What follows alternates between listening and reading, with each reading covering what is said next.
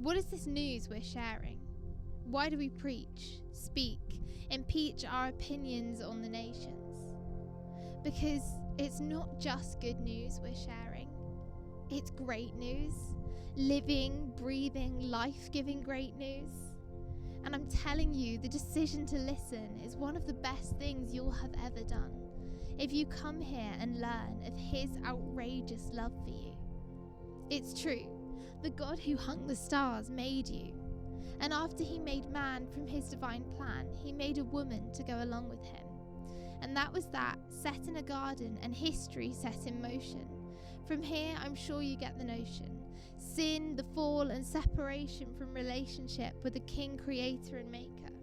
Now this is the part that makes me saddest and sadder, to be so close to the Father and have a divider. The relationship could go no farther from here. Over the years, there were a few who did amazing things and had relationship and nearness since this, but not how God had planned it. Sacrifices had to be made, and life was so difficult to tread that righteousness was rare and found it hard to even exist. That is, until God sent his only Son, the one who'd come to save the world.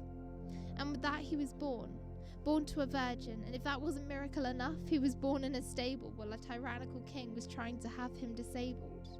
He was labelled Saviour, Child of God, King of nations come to save us from prophecies that came alive through he.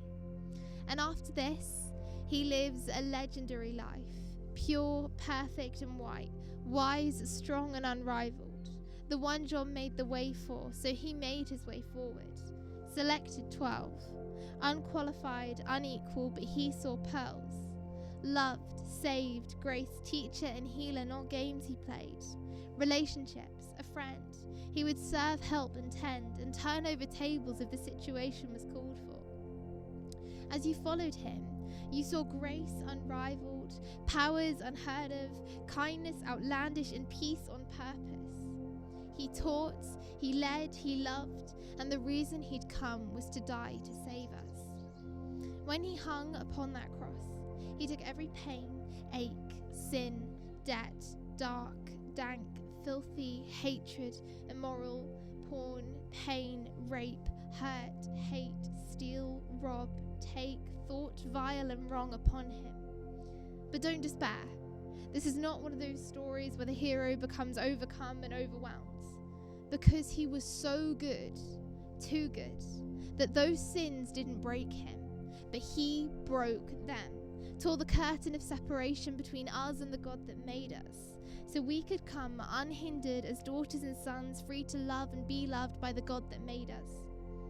He loved us so much that he allowed us to choose. If we even lived for him, or if we wanted, he'd allow us to live to our own agenda.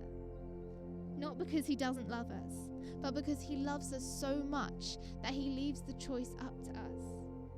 Now it's up to you. What will you choose?